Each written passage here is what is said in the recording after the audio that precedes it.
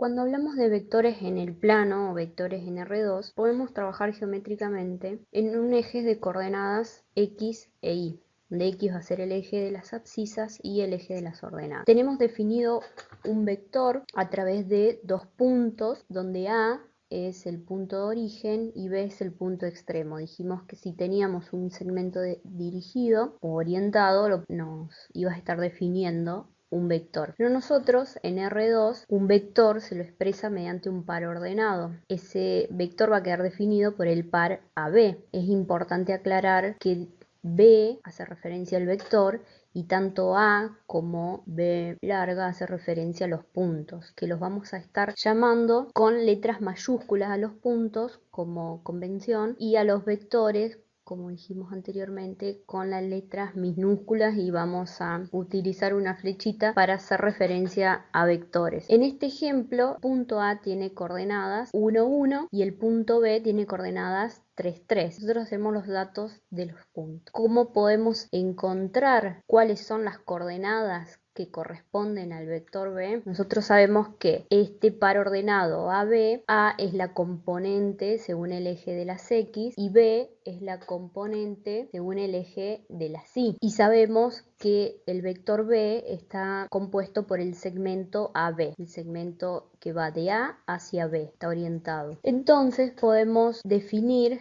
a este vector B las componentes tanto A como B que necesitamos conocer, haciendo resta de las componentes de los puntos, donde la componente del punto B, que es 3, correspondiente al eje de las X, menos la componente del punto A correspondiente al eje de las X, me va a estar dando la componente A del vector, ¿sí? Si hacemos esta distancia de 0 a 3 menos esta distancia, me estaría dando este valor, que es la componente de A del vector B. Lo mismo pasa para la componente B del vector. Si hacemos la componente del punto B, que corresponde al eje de las Y, menos la componente en Y del punto A, nos va a estar dando este segmento que hace referencia a la componente B del vector. Entonces, si hacemos el punto B menos el punto A, nos va a estar dando las componentes de este vector B que nosotros estamos buscando. Entonces, si hacemos siempre extremo menos el origen, nos va a estar dando las componentes del vector. Resumiendo, el vector definido mediante coordenadas de su origen y de su punto extremo, en este caso donde el inicio o el origen es el punto 1 y el extremo el punto 2, podemos obtener las componentes del vector haciendo el punto 2 menos el punto 1, donde vamos a estar restando las coordenadas del eje de las X del punto 2 menos la del punto 1 para la primer componente del vector, y para la segunda componente del vector vamos a estar restando las coordenadas que respectan al eje de las Y del segundo punto, Y2 menos Y1, coordenada del segundo menos la del primer punto, y nos estaría dando la segunda componente del vector. Hay que tener bien en claro y no confundir las componentes del punto y las componentes del vector, que son cosas diferentes. Ahora bien, nosotros dijimos que un vector tenía sentido, módulo y dirección.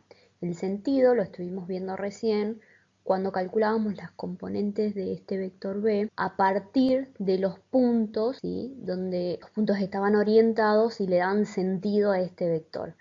Ahora, si nosotros queremos calcular el módulo, que hace referencia al módulo de este vector, a la longitud o a la distancia que hay del punto A hasta el punto B, y lo representamos con la doble barra al módulo, podemos utilizar las componentes del vector B en A y la componente en B para formar un triángulo rectángulo y poder, a partir de Pitágoras, calcular esta distancia que me representa el módulo. Entonces, si hacemos que el vector b al cuadrado va a ser igual a el lado en a al cuadrado más el lado b al cuadrado. Si despejamos, nos queda que el módulo de este vector es igual a la raíz cuadrada de a al cuadrado más b al cuadrado. Si nosotros tenemos que este vector, calculamos recién, tenía componentes 2, 2, 2 en a y 2 en b, nuestro módulo va a estar dado por raíz de 8 y la dirección del vector, ¿sí?, se la va a considerar al ángulo que forma este vector con el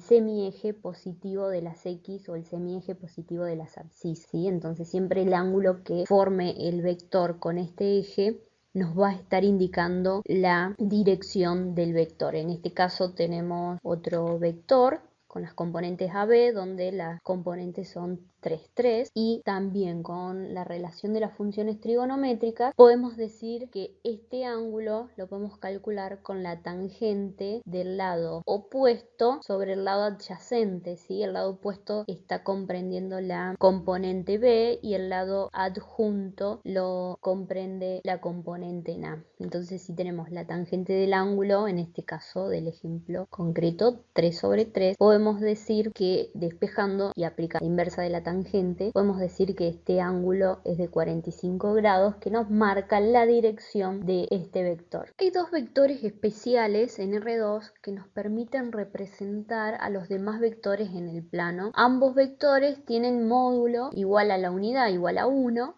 y se desarrollan sobre los ejes coordenados, tanto x como y.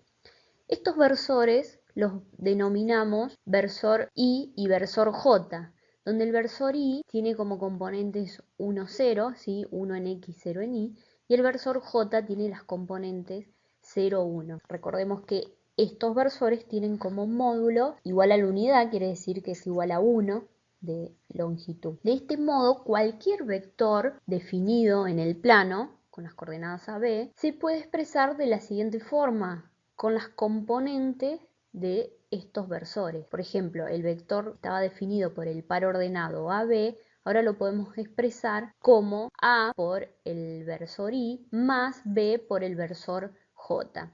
Esta forma de expresar el vector es su forma a través de los versores o su forma cartesiana. Si vemos con un ejemplo el vector que teníamos recién, era el vector 3, 3, y lo podemos expresar de su forma a través de sus versores como 3i más 3j. En R2 también podemos definir al vector nulo, es aquel que tiene las componentes 0, 0, ¿sí? Tanto la componente en x como en y van a ser 0.